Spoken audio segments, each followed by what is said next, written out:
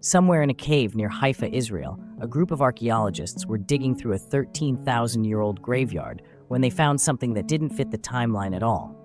3 deep stone mortars carved straight into the rock, and inside them, the chemical fingerprints of beer.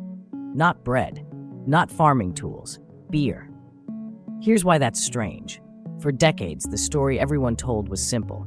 Humans settled down, started farming, figured out how to grow grain reliably, and only then, almost as an afterthought, discovered that leftover grain ferments into something that makes you feel good.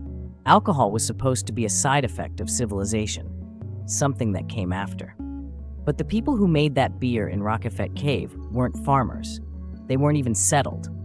They were the Natufians, hunter-gatherers, still moving with the seasons, centuries before anyone in that part of the world had planted a single crop on purpose. So if that's true, humans were brewing alcohol before they had permanent homes, before writing, before the wheel, before almost everything we associate with being civilized. Which raises an uncomfortable question. What if we didn't start farming so we could eat bread? What if we started farming so we could keep drinking? To understand how strange that idea really is, you have to go back. Not thousands of years, millions. Around 10 million years ago, long before anything resembling a human existed, our ancestors were tree-dwelling primates living mostly on fruit. And somewhere in that period, something changed quietly in their bodies. A single mutation appeared in an enzyme called ADH4, the enzyme responsible for breaking down alcohol. One tiny genetic tweak made it roughly 40 times more efficient at processing ethanol. Researchers studying this, led by biologist Matthew Kerrigan, found this exact mutation sitting in humans, chimpanzees, and gorillas alike, which means it showed up in an ancestor we all share. And the timing lines up almost perfectly with something else. That's around when our ancestors started spending more time on the ground instead of up in the trees. Why does that matter? Because fruit that's fallen and started to rot on the forest floor ferments. Wild yeast gets into it, sugar turns to alcohol, and suddenly the fruit our ancestors were scavenging wasn't just food anymore, it had a kick to it.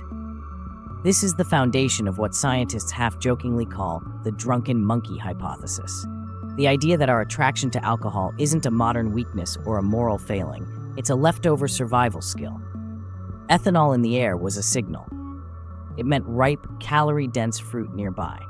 The primates who could smell it, find it, and metabolize it efficiently got more calories than the ones who couldn't. In other words, we didn't learn to like alcohol, we evolved to. Now fast forward. Millions of years pass. Brains get bigger, tools get sharper, and eventually you get to a moment where humans aren't just stumbling onto fermented fruit by accident anymore. They're making fermentation happen on purpose. That brings us back to Raqefet Cave and those mortars. Researchers think the Natufians used a 3-step process: sprouting grain into malt, mashing it, and letting wild yeast in the air do the rest. And this wasn't just casual drinking. The mortars were found right next to human burials. This wasn't a party, it was a ritual. The leading theory is that this beer was brewed specifically for funerary feasts, to honor the dead and pull the community together in grief. Around the same time, just 1,000 years later and not far away, something even stranger shows up: Göbekli Tepe, in modern-day Turkey. Massive carved stone pillars, some over 10 tons, arranged in deliberate circles, built by people who hadn't even invented farming yet. For years, nobody could explain why hunter-gatherers would organize that much labor, moving 10-ton stones up a hill, without crops, without a king, without a city to justify it. One of the most compelling explanations? Beer. Gathering that many people together to build something that massive would have required a reason to gather in the first place, and feasting, fueled by fermented drink, may have been exactly that reason. This is where archaeologist Patrick McGovern's theory gets genuinely bold. McGovern has spent decades studying ancient alcohol, and his argument is this: humans may not have started farming to make bread. They may have started farming to make beer. Think about why that makes sense. Bread is complicated. You have to grind grain, knead it, control a fire precisely enough to bake it without burning it. Beer is almost insultingly simple by comparison. Soak grain in water, walk away, let nature do the rest. By around 7,000 BCE, the evidence stops being theoretical and starts getting precise.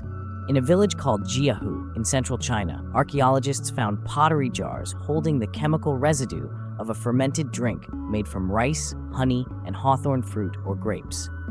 This is, as far as we currently know, the oldest confirmed intentionally brewed alcoholic beverage on Earth.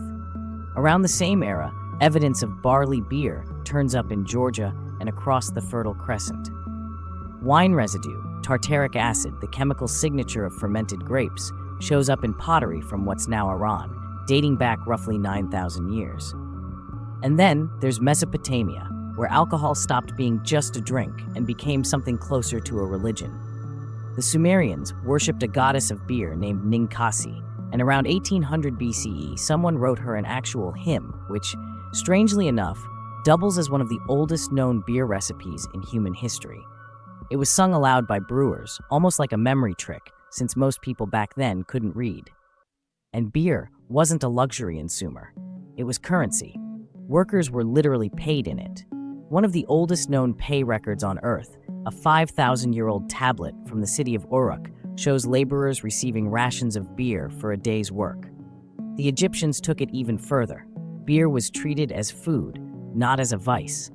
Men, women, and children all drank it daily, because in a world with questionable water sources, beer, boiled and fermented, was often safer to drink than water itself. And here's a detail that tends to surprise people. The workers who built the pyramids of Giza weren't slaves being whipped into submission. Many of them were paid laborers, and part of that pay was beer, somewhere around 4 to 5 liters a day, per person. The pyramids, one of the most awe-inspiring achievements in human history, possibly built, in part, by people working for beer money. So where does that leave us? We like to imagine our ancestors as serious, struggling, purely survival-driven people, hunting, gathering, fighting to make it through each day with nothing to spare for pleasure. But the evidence tells a different story. Long before cities, long before writing, long before anyone had a word for civilization, humans were already organizing their lives, their rituals, their grief, and maybe even their entire transition into farming around a drink that made them feel something. And if the drunken monkey hypothesis is right, it goes back even further than that, back before we were human at all. Back to a single genetic accident in a tree-dwelling ancestor 10 million years ago, who got slightly better at surviving because it could handle a little rot in its fruit. In a strange way, the attraction came first. The civilization came after, built, quite literally, brick by brick, to keep the drinks coming. Maybe the real question was never, when did humans start drinking? Maybe it's whether we ever really had a choice.